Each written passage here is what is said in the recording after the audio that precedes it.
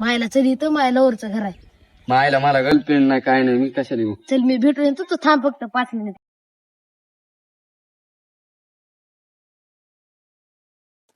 तू भेटून ये, इथं बसतो मी. चल.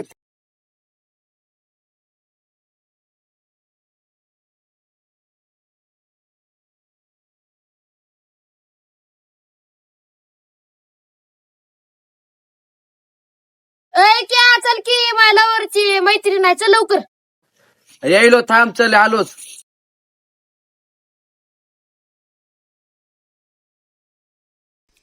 कशाला आलता बरं तुम्ही इकडं?